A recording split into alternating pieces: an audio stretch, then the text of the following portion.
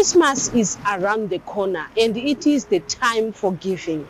We are coming to you to appeal so that we make something special for the mothers that we bring to you on Twice a Mother.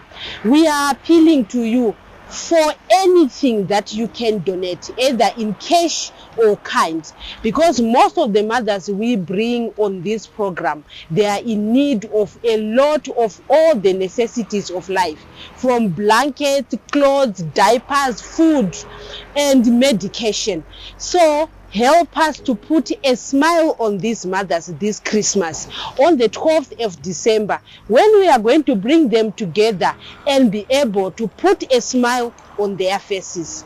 Wongo katiri kuuya kwamuri kuzochema nemi kuti vana mai vaye vatinokunzirai pachirongwa Twice a Mother. Iko zvinezvi takuenda panguva yekisimusi. Tibatsirei, ngatibatsiranei kuunza nyemwerero pazviso zvanamai ava.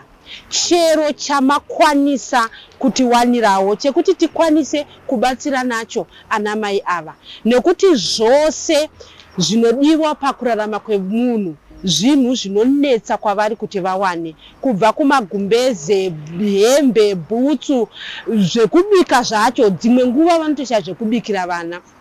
Chero chamakwanisa kutipa, ingava mari chaiyo, nekuti vazhinji vamwe vacho vanoda mishonga, mitambo chaiyo, madiapers, vamwe vava kusvika pakupfeka kunyange t-shirts.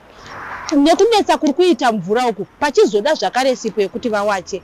Ngatibatanei Christmas inoi, tiunze nyemwerero pazviso zvanamai ava.